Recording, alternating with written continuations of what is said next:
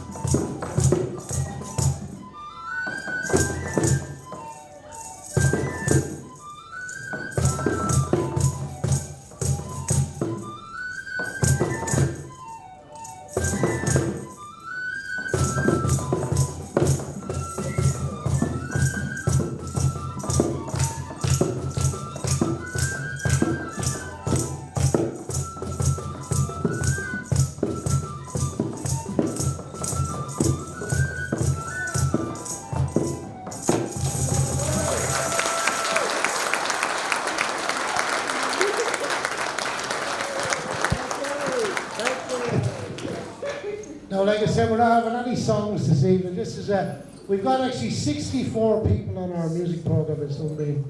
So we have a little sample here from just a couple of the different groups.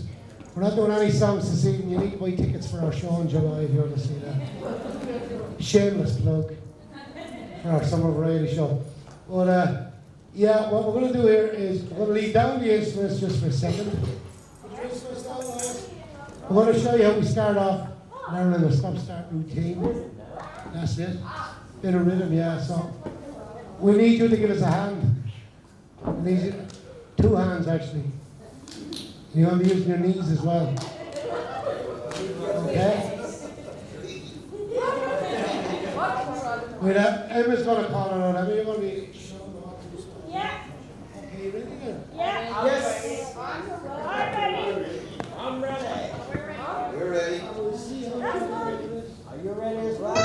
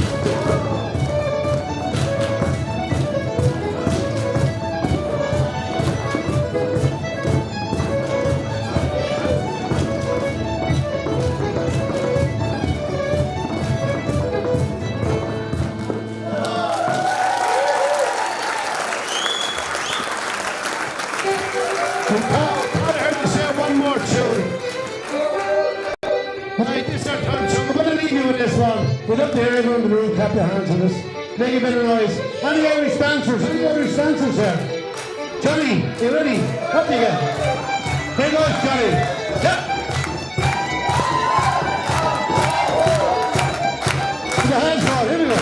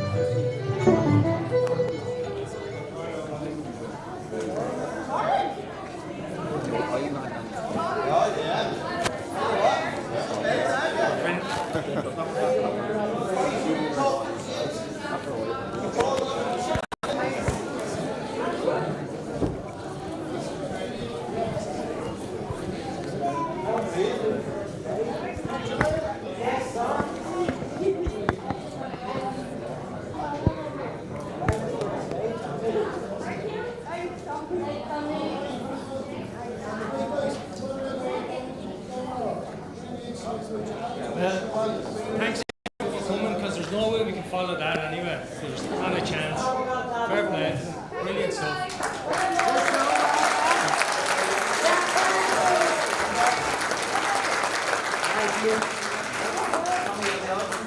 And just to let you know, guys, this mic isn't for the room, it's for the recording down the back and for the live stream. So unfortunately, if you can't hear us, just let us know and we'll have to shout a little bit louder. I'm sure you'll agree with me, if we approach life with half the enthusiasm these guys do, we'd be alright, wouldn't we?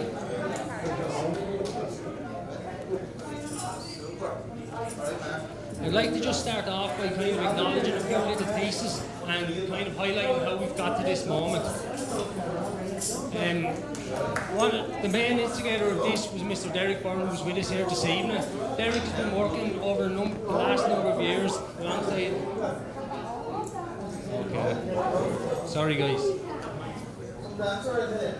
Never told me that would have done some harm. No, tell you what. Warren, you might have to shout, we can't hear you down here. No. Okay. Sorry about that. Well, look, the reason why we're here this evening is there's many different people involved. One key person was Mr. Derek Byrne, who started this initiative a few years ago. He was working alongside the guys from As I Am, advocating for people in our community on the autism spectrum. Also, there was 3 support groups in the town, Little Warriors, the House, and all kinds of amazing. They were assisted and helped along the way by Councillor Pierre Leonard, who worked tirelessly together to make Arklow a more inclusive town for everybody. Me, myself, I come here this evening before you as a parent of a son who has Down syndrome and autism. I've advocated for him for the last 22 years on many different things, including school places, additional supports and adult services. So there was conversations had, we all came together, we had a conversation, we all agreed it would be in the best interest to move this initiative further along the line by all coming together, sharing our enthusiasm, our experience, and our common goal to make Arklow a more autism inclusive town. So this initiative, there's a few main areas in this initiative. The key aspects are raising awareness in all our communities, the understanding of people's differences, acceptance for all and all abilities, inclusion for everybody within our community, and community supporting communities. This initiative, one of the key factors of these supports is communication. Communication is key, and there's many areas within that communication area. One key aspect of this is assigned support called Love, and we're lucky enough to have Sylvia Angel here this evening, who's going to do a demonstration, accompanied by Jenny from All Kinds of Amazing and her amazing daughter Mia Rose. So I just want you all to welcome the guys up here now. Thank you.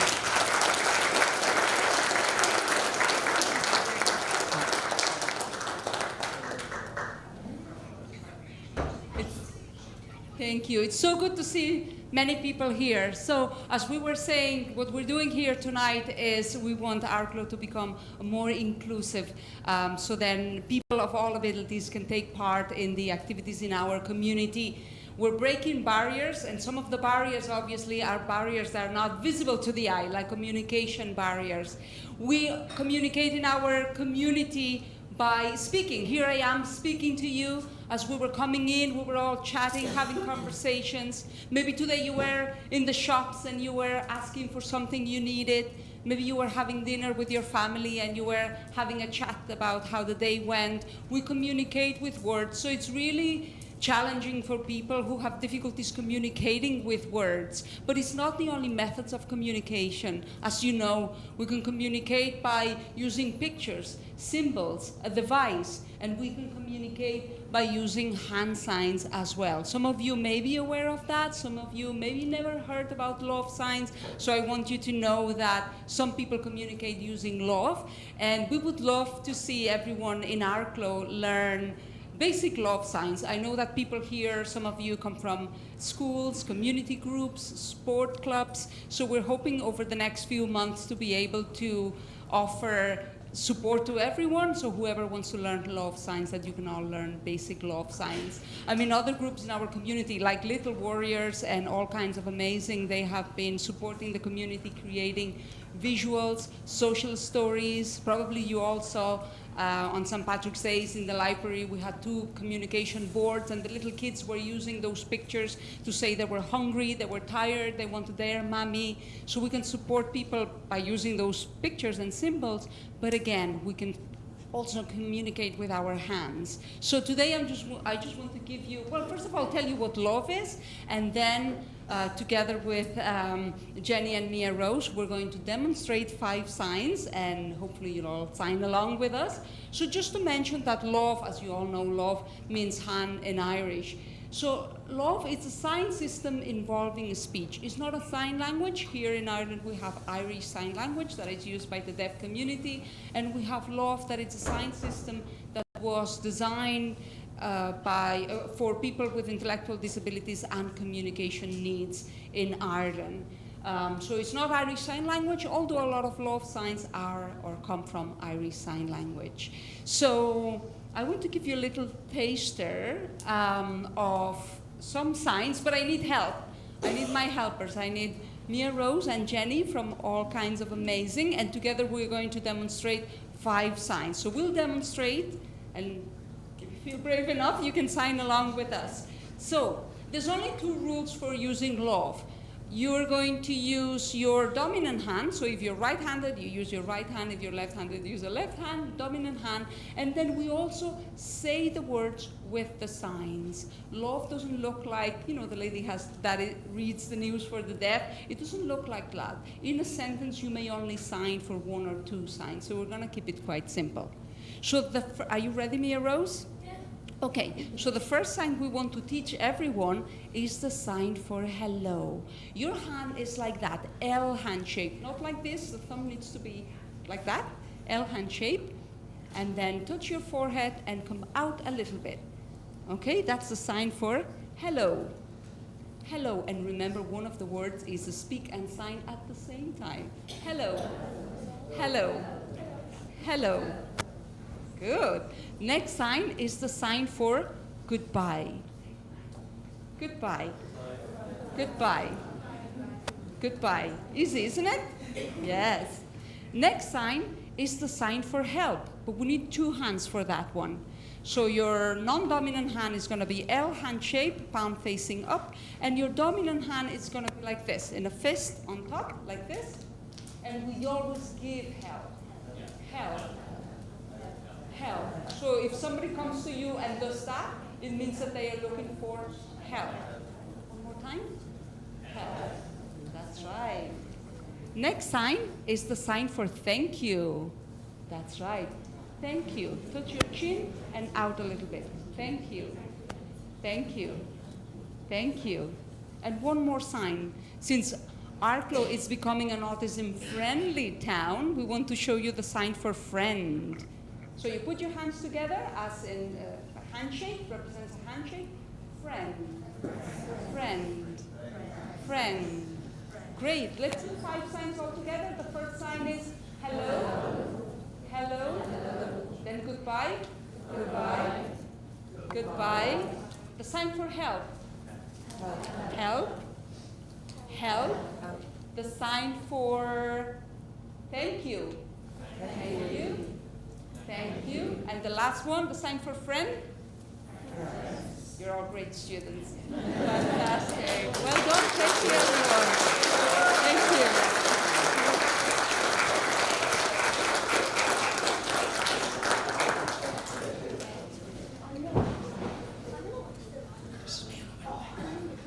Well, thank you, guys. Fair play. Thank you. Communication is really important, and as Sylvia was saying, likes of communication boards and all these tools, that's what they are. They're all tools to allow people to communicate better and understand it. I'm going to now introduce you all to somebody that probably everybody knows, Miss Anita Nolan, the founder of Little Warriors. Anita.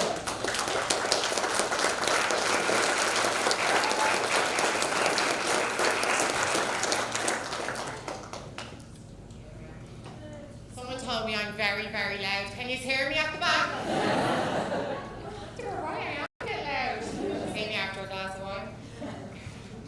And first of all, I just want to say thank you so much for coming tonight. I'm going to try to do this without getting emotional.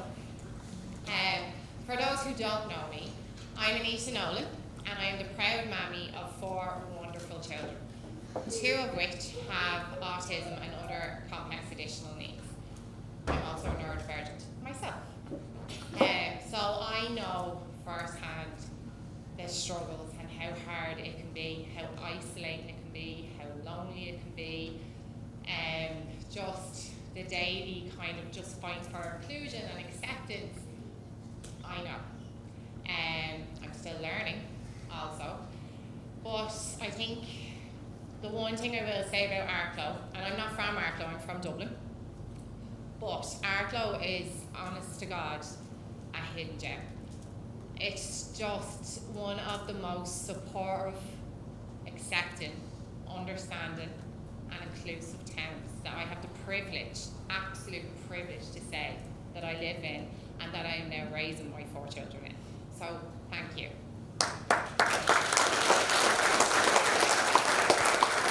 Seriously gonna try not to cry. Back to when my oldest boy was little, Mason. Hi, Mason. I'll admit, I was quite ignorant. I didn't know about autism. Didn't really understand. So me and Mason learned together, and we figured out who we were and who we were as a family. And we grew, and we realised, you know what? It's okay. It's not scary. It's not that bad. We don't have to be lonely. We're not isolated. In fact, we can build a beautiful, beautiful community.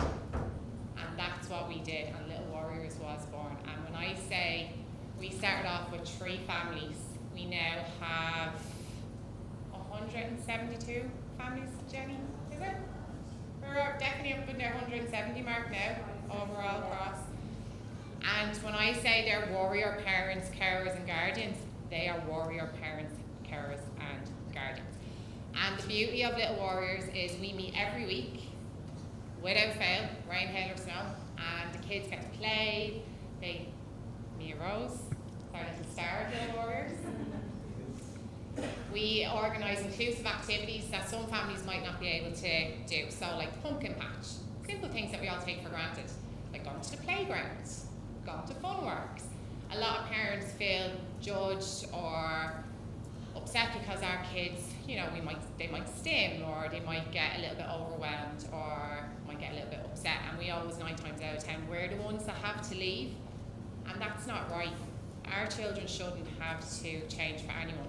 Our community needs to change for our children, so we're accepting of every single member of our community, and Arklow does that. So Little Warriors is my 5th baby, introduce you, my 5th child. And then, after that, we have also the amazing Jenny, who is the founder of All Kinds of Amazing. So All Kinds of Amazing is another support group, but it aims to support the families, the parents, the carers, the guardians, and also adults in our community. Jenny works tirelessly to organise talks, guest speakers. Actually, quite recently, we had ADHD Ireland come down. We've had Family Carers Ireland, we've had Autism Supports, Kira Watson, she's amazing. And they come down, and this is completely free as well. So just let you know, we never charge anybody for it. This is one of the beauties of being a community, is that it's a community working together. Then, along came our Arklow Little Vikings. Arklow Little Vikings, there was originally the Arklow Vikings. Irene, how are you?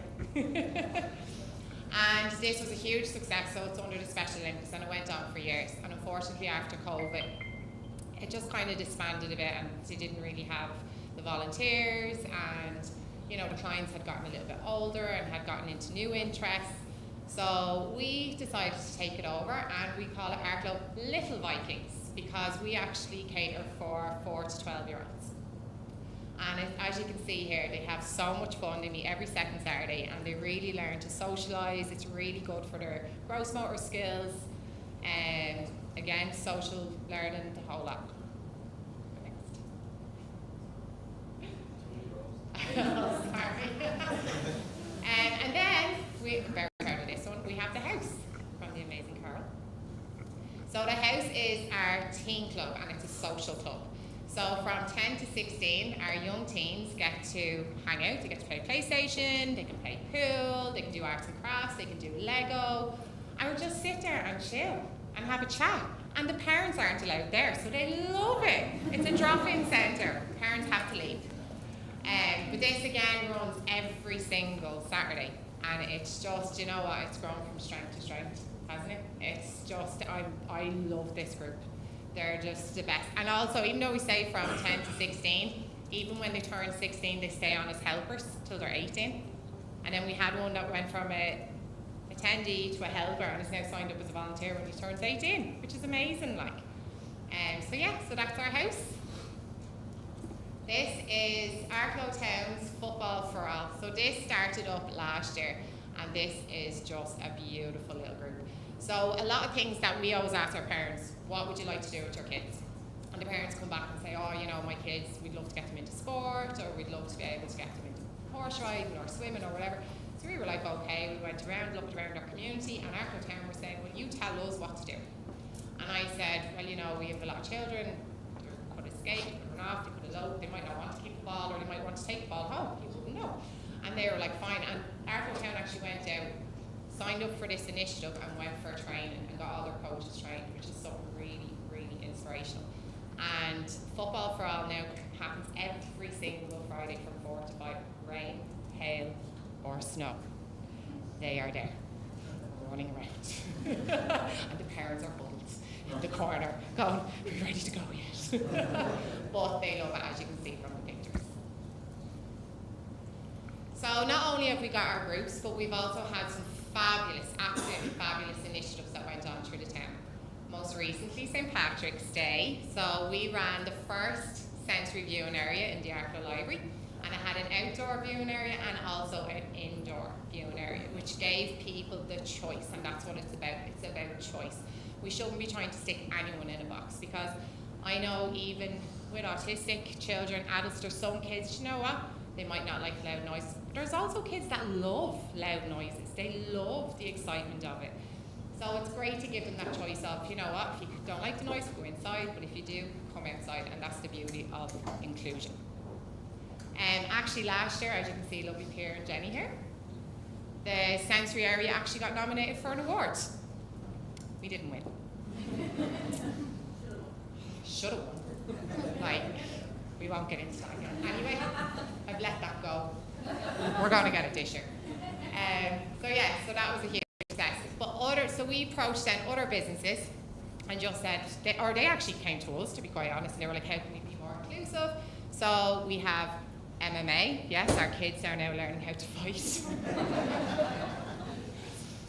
We also have Tiernan Oaks Therapeutic Riding School, which they do lessons, and then the owners actually came out and said, listen, why don't we do a social club? And I was like, sure, why not? And now they meet every second Sunday, and they play games, do arts and crafts, go on the ponies, feed them, brush them, and they also run summer camps and Easter camps, which is absolutely amazing. Again, it's another thing we thought we'd never be able to put our children into. Now they're in it. Actually, Mason took part in a teen club version of it where he had to learn how to look after a horse. He came back to me and he says, I'm never mucking out a stable again. I went, okay. We have dance class, we have messy play with the colour club. If anyone has not been to the colour club, you need to go to the colour club. It is fabulous, and it has a beautiful sensory room out there now as well, and it's fully inclusive. And we have Laura with our dance class, and this here with the pottery, and the girls are going to kill me for sneaking that picture in. So as parents, the one thing we'll tell you as carers is that we don't really get a break. We're on call 24/7. Like, I've actually been awake since 3 o'clock this morning. My son thought it was a great time to have a rave. So it's great to have these little escapes that it's for us, it's a me time. And we don't normally give ourselves that time, so having little moments like this is great. So we had pottery class. Other good initiatives that have been happening around the town, we have the launch of our adult autistic social club with As I Am, thank you very much, which has started and was a huge success, and we're hoping that'll just grow even more and organise more social clubs like this. We have Tua, which is our man's carers, isn't it? Monthly support, is that the last Thursday of every month? Yeah, so it's the men's club, like the men's shed. Women aren't allowed. Then also Bridgewater, as you've all known. So most shops, if you've ever noticed, they always say, oh, we do an autism-friendly shopping hour. And it's normally always 8 to 9 on a Thursday evening, or 9 to 10 on a Friday morning. You're like, what? Well, Bridgewater said they're not going to do that. So they now do from 9 to 11 every single day. The music is off or turned down very low, which Duns, just have to throw that out there. Duns, the only one that has it still on, but they do have it turned down very low. They recognise the sunflower lanyard, the assistance dogs, and we're in talks now of putting in a sensory area in there as well to make the shopping centre even more inclusive and accepting. Then, we popped up this little bus because by the summer, Arklow will officially have its first mobile sensory room. So this is going to be a really, really nice thing for Arklow. So basically the way this sensory bus will work is that if there's an event going on like the Seabreeze Festival or Christmas, you'll be able to drop us a little email and say, hey, we're having an event, do you mind if you bring your bus up? And I'll be like, yeah, no problem. And Dennis will drive it up, pop there, go downstairs. No charge, but we'll take donations. So yeah, that's some fabulous things there. What's next? That's me done. Yes. Thank you so much.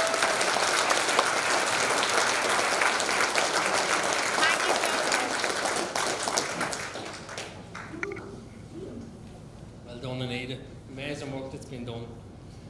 There is a criteria for achieving the As I Am Autism Friendly Town status. And we'll just go over some of these here. The establishment of the Autism Friendly Town Committee. Since our information evening, we have established a core committee and subsequently some subcommittees. These are active working groups and they're constantly evolving. So we welcome anybody that wants to get involved or wants to highlight an area that we should look at. Please get in touch with us. The development and completion of a 3-year town plan. These are strategic aims and goals that allow Arklow to become a more inclusive town for everybody. We're going to discuss a little bit more of these in the next slide. Engagement of employers. One key aspect of this is to get employers involved, to give people on the autism spectrum the opportunity to have some work experience or possibly employment. It's required that we get 2 employers on board, and it's great to see that so far we have more than 2, but we're always looking for some more. We're going to talk a little bit more about this in the next slide also. Training of autism-friendly champions. For those of you that don't know what a champion is a club, an organisation or a business that come on board to support us and by adhering to 3 easy steps. Those steps include visual supports, sensory accommodation and training. The training aspect of this is very simple. And William from As I Am is helping us out on the 7th of May for the personal training up in the Arklow Library. And we'd welcome all our champions to come on board that evening. But we understand that it's difficult for people to get away. So after that date, we can help out and facilitate training either online or in person also.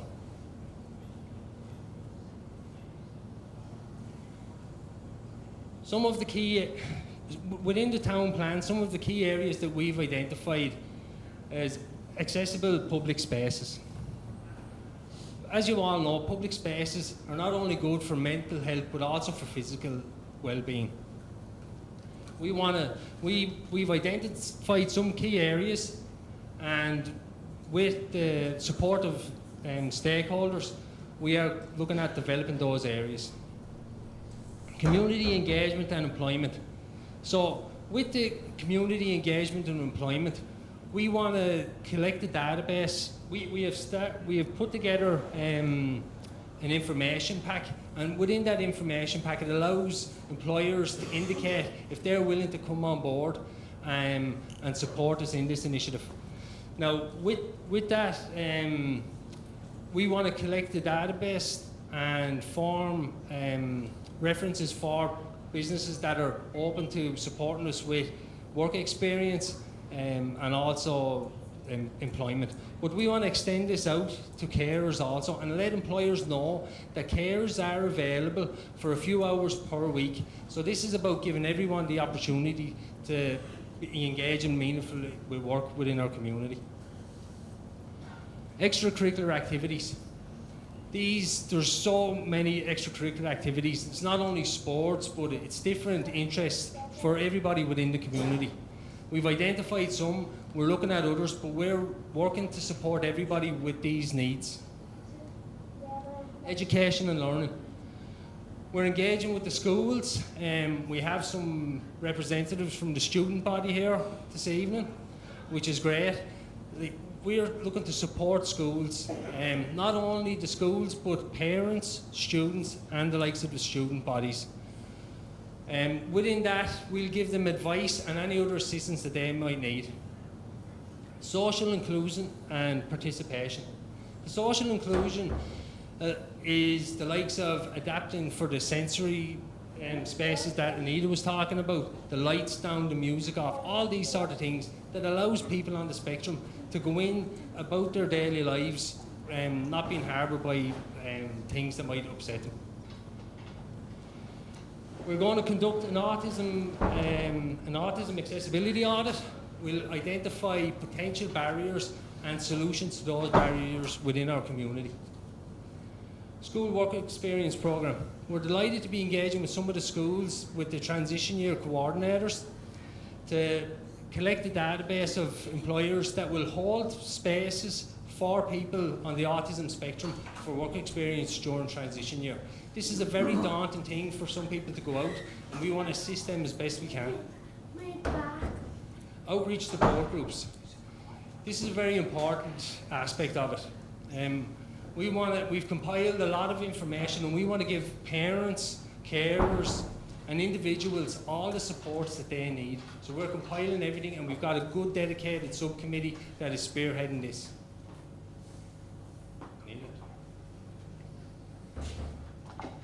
I'm proud now to introduce you to Mr. Adam Harris, the founder of As I Am.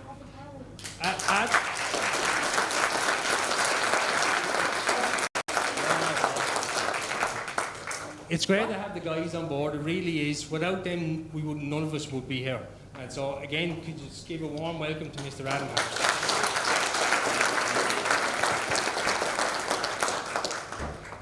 Thank you all so much, and it's a real pleasure for me to be here this evening and to have an opportunity both to celebrate all the good work that's already going on in the community and also to come together, to work together, to build on that so that we can make the often invisible barriers that exist in the community for autistic people that little bit more visible, but more importantly so that we can come together to try and remove them.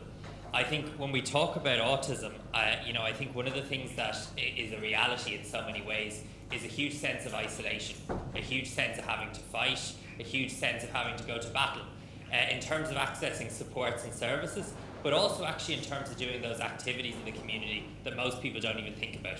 Whether that's going to the supermarket, whether that's joining a sports club or activity, whether that's using public transport. And I think what's really important about initiatives around this is it's the community coming together to say, we see those barriers, we recognise them, and we're going to work together to remove them. So I think we've probably all heard that term that it takes a village to raise a child, but it certainly takes a whole community coming together to break down the very pervasive barriers that continue to exist for the at least 1 in 20 people in this community and in every community across the country who are autistic. I'm very conscious that when we talk tonight about autism, as we have been and as we will over the course of this presentation, the sorts of changes that we are talking about are essential for autistic people living in Arklow, but actually they can be good for everybody. The sorts of changes we're talking about in terms of accessibility, in terms of inclusion, in terms of acceptance, can have a much broader benefit for everybody who lives in and shares this community. And I think it's worth saying, having sat through the presentations and heard about the fantastic work that's already on in the town, and having from engaged with William, who I know has been working with the committee for so long, I know tonight is a launch, but in many respects it's also a celebration of what's already been achieved. It's rocket fuel for the ship that is already well built and ready to fly. And I want to recognise that it's taken a huge voluntary effort to bring the Autism Friendly Towns programme to Arklow over the past year, and I think advocacy has been a really important part of that, and it continues to be a really important part of that. And I'm particularly grateful to Derek Byrne, who originally brought the idea, the Autism Friendly Town idea in Arklow to us in February of last year, and who's continuing to collaborate with William on that work. And As I Am and the community as a whole are so excited to continue to work together and to bring the autistic community together around this initiative. I want to say a big thank you to the committee that's been established, and also in particular to the work of the 3 local groups that we've heard about, Little Warriors, The House, and all kinds of amazing. And to pay a particular thanks to Warren for all the work that he's done over these past number of months, and in terms of bringing together tonight. I think of all the initiatives that As I Am is involved in, I think the Autism Friendly Towns one, I think, is one of the ones that is most important, because when I think about the work that we need to do, in As I Am, our vision is to bring about a society in which autistic people are accepted as they are, equal, valued and respected. And we work to do that in 2 ways, both through providing supports to autistic people and families, but also critically reaching out in the community to try and identify those barriers that do exist. And I think growing up in Ireland in the late 1990s and the early 2000s, where in the community, if mom said to people I was autistic, people would often look at her blankly. Fewer people, again, necessarily knew that they not only knew at least one autistic person, but that they probably interacted with autistic people on a day-to-day basis. I think there was a reality that so many day-to-day experiences for us as a family when I was small, whether that was going to a restaurant, going to a family occasion, going to an event in the community, were not only overwhelming, but simply were things that we often chose not to do. And in our experience, when an autistic person isn't able to participate, it's not just the autistic member of the family that's excluded, it's actually the whole family that misses out on that opportunity. I think that's another reason why this initiative is so important. If 1 in 20 people in Arklow are autistic, and if autistic people have a family that are surrounding them that also experience exclusion, what community group, what public service, what business can operate effectively when it's not reaching and not including that percentage of people? I suppose I know gathered in the room tonight there'll be people who are members of the autism community, autistic people, parents, professionals working in the space, but I know there's lots of broader allies within the community as well. And I just wanted to say at the outset, for those who haven't engaged with As I Am before, who are interested in our services, you'll have heard that we're now working with the committee here around our new adult support group in Arklow. We're also operating the National Autism Information Line, where we've supported over 11,000 people since 2021. And we've 2 sister programs, the Child and Family Support Program and the Adult Support and Employment Program. All the information is on our website, and all of those supports are free to access. So if you haven't already and you're a member of the community, I'd really encourage you to do that. But I suppose, why are we here? Why is it so important for a community to become autism friendly? You know, I spoke about that lack of awareness that existed only a short number of years ago. And in As I Am, we've stopped talking about awareness, because actually we know as a society we've become more aware of autism than ever before. Indeed, in As I Am, we do research into this quite regularly, and we know that over 90% of people living in Ireland now say they've heard of autism. Most of us can say that we know someone who's autistic, and a significant percentage of us will say somebody in our family is autistic. And that's a sea change in a very small period of time. But you can be aware of something sitting on your couch. I'm aware that Mandarin is a language, but I don't understand it. So I'm not much use to anybody who only understands that language. If you put the word autism into Google, it will return 3 billion search results in less than a second. And some of that information will be fantastic, some of that information will be out of date, and some of that information will be positively dangerous. There's still so much misinformation around autism, and that in turn can breed stigma and misunderstanding. So what we need to do as a community is harness the awareness that exists, and try and use that, particularly as we come into World Autism Month in April, to build real understanding and acceptance within our community. Because I suppose for a long time when we talk about autism, and I challenge people to even think about this in their own homes, in their schools, in their workplaces, very often when we talk about autism, almost immediately we go to, he can't do this, and he won't do that, and she'll never be able to go here, or she'll never be able to go there. We instantly use the language of deficit, we instantly think about what people can't do, and so often we talk about it as if the person is the person who needs to adapt or change. But the reality is, if you're an autistic person in the community, you have to adapt every day for a world that isn't built for us. And in As I Am, what we try and highlight is the often invisible accessibility barriers that exist. And when you think about accessibility, you might think about things like physical access, wheelchair ramps and lifts. But when we talk about accessibility in the context of autism, we talk about things like communication, how a person gives, gets and understands information. We talk about things like predictability, knowing what's going to happen when you're out and about in the community, and what are your options around how to respond to it. We talk about things like the sensory environment, the noises, the smells, the sounds, the lights, the textures that surround us every day that can often be perceived very differently by autistic people. And critically, we talk about the judgment and attitude of other people. And that might sound like the soft one at the end, but if we're to have an inclusive community where autistic people can feel safe out and about, it's absolutely critical to have an accepting and understanding community at the heart of that.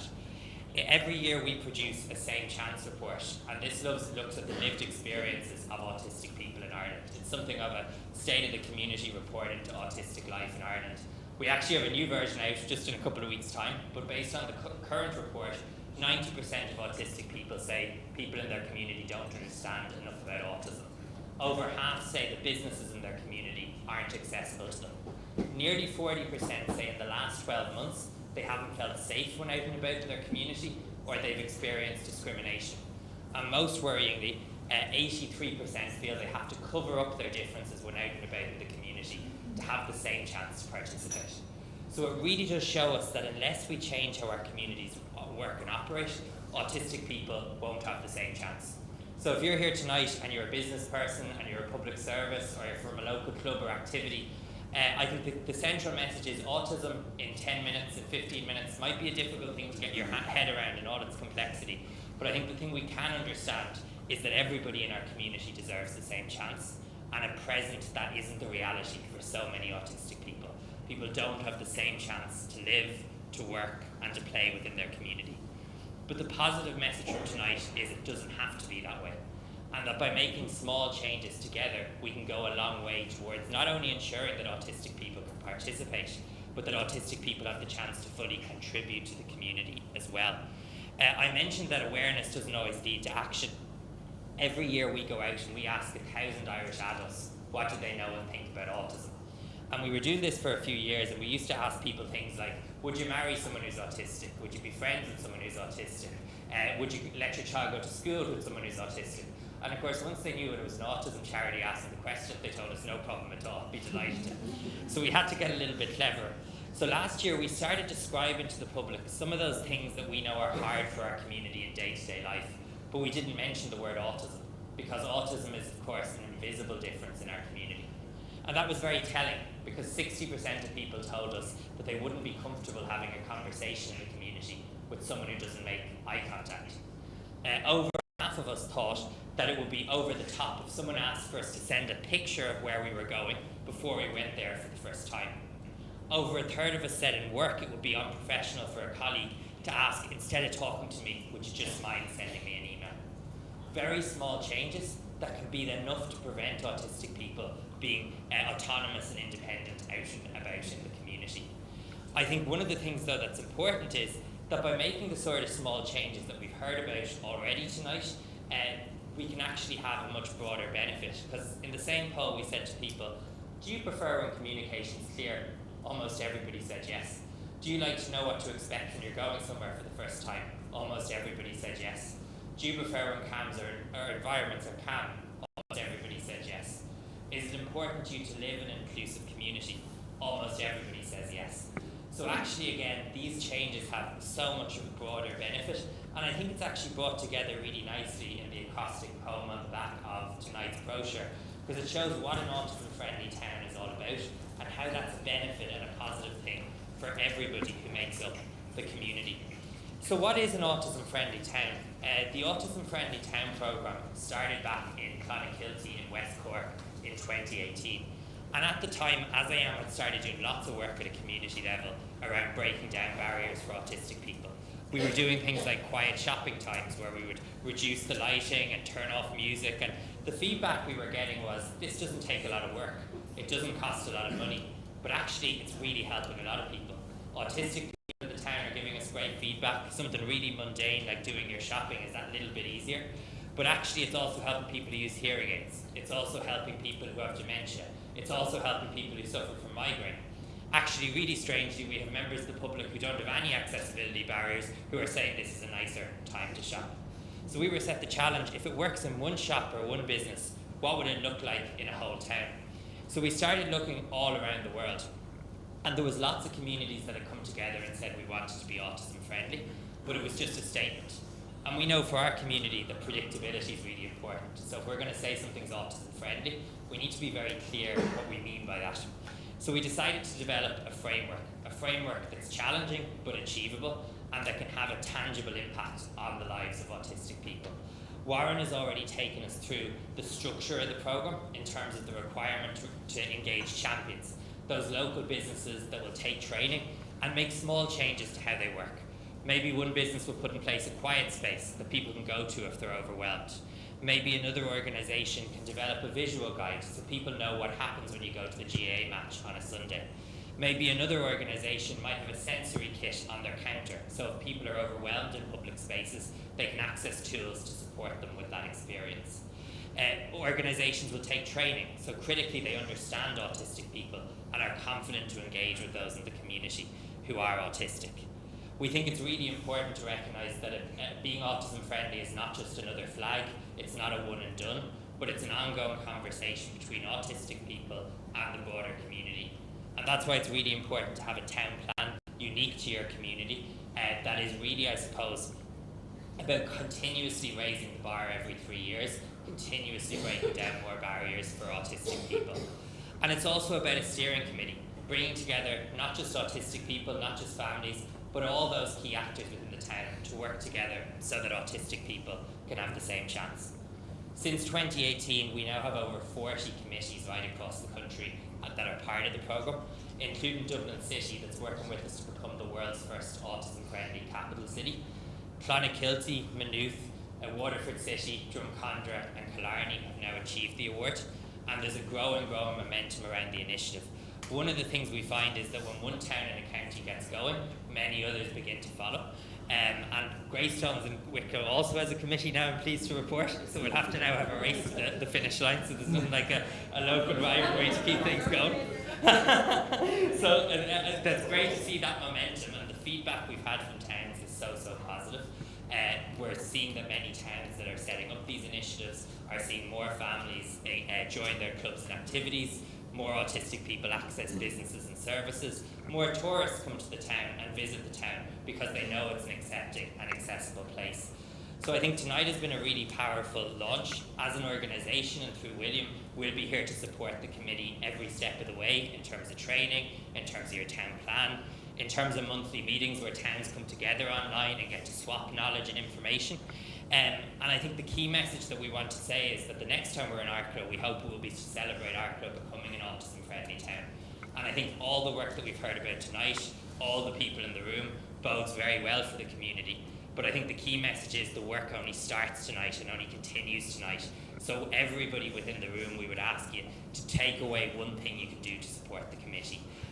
Whether that's to sign up to be a champion, whether that's to volunteer, whether that's to join the committee, whether that's to make a donation. Really think about how you can get out, support the committee and spread the word, because it's only by coming together we can remove these barriers. So thank you so much. April is approaching and we hope to see many people on our Same Chance Walk on the 5th of April, and we're so looking forward to seeing the progress of this committee in the time ahead. So thank you.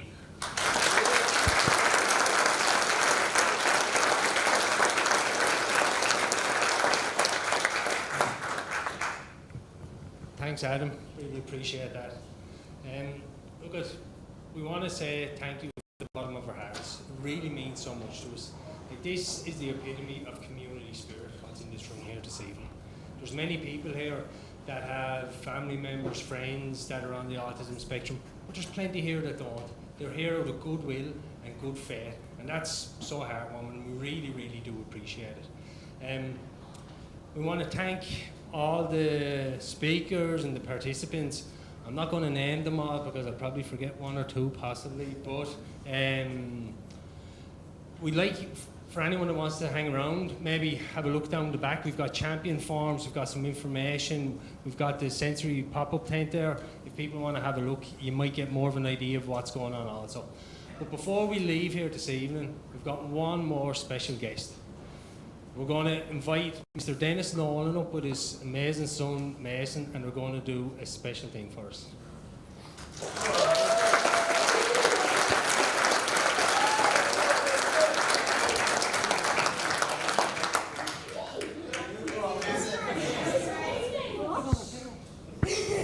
I can't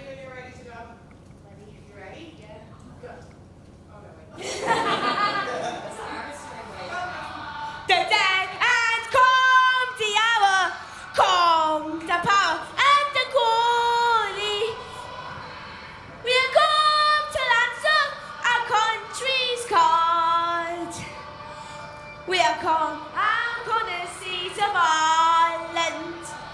Ireland, Ireland, together standing tall.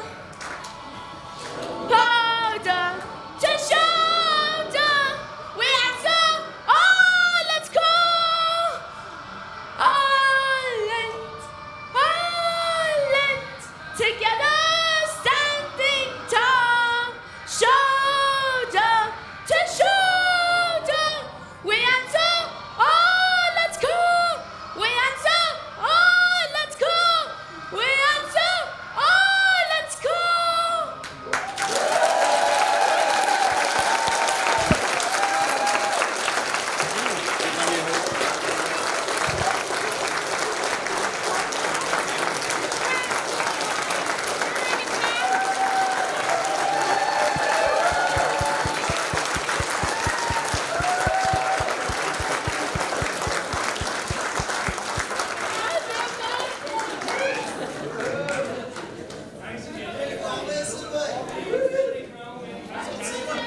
Maybe you should have a chat at the end. And I'm sure we're going to see you all in the near future also. Thank you.